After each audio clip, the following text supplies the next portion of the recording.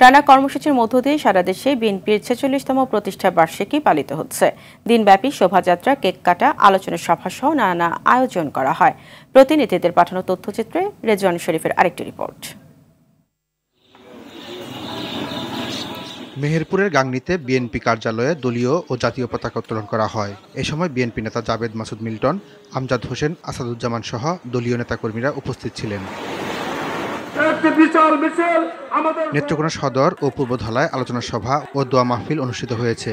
এ সময় কর্মসূচি সংক্ষিপ্ত করে সাশ্রয়ী অর্থ বন্যা দুর্গতদের সহায়তায় ব্যয় করার সিদ্ধান্ত নেয় বিএনপি নেতারা। নড়াইলে জেলা বিএনপির কার্যালয়ে আয়োজিত আলোচনা সভায় বক্তব্য রাখেন সভাপতি বিশ্বাস জাহাঙ্গীর আলম, সাধারণ সম্পাদক মনিরুল ইসলাম সহ অনেকে। আলোচনা সভা, দোয়া মাহফিল সহ বিভিন্ন কর্মসূচি পালিত হয়েছে ময়মনসিংহে। মহানগর বিএনপি আয়োজিত অনুষ্ঠানে উপস্থিত ছিলেন দলের সাংগঠনিক সম্পাদক আবু ওয়াহাব আকন্দ, মহানগর সভাপতি একেএম শফিকুল ইসলাম সহ দলীয় নেতাকর্মীরা।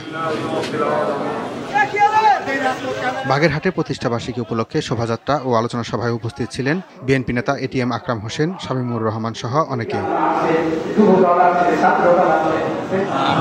জাতীয় ও দলীয় পতাকা উত্তোলন, জিয়াউর রহমানের প্রতিকৃতিতে পুষ্পস্তবক অর্পণ ও দোয়া মোনাজাত করা হয় ঝালকাঠিতে। এতে উপস্থিত ছিলেন সৈয়দ হোসেন, রফিকুল ইসলাম সহ অনেকে। ভোলায় বিএনপির ৪৬তম প্রতিষ্ঠাবার্ষিকী উপলক্ষে মসজিদে দোয়া মোনাজাত করা হয়। এ সময় বিএনপি নেতা গোলাম নবী আলমগীর, সদস্য সচিব রাইসুল আলম সহ অনেকে উপস্থিত ছিলেন। রেজওয়ান শরীফ, RTV।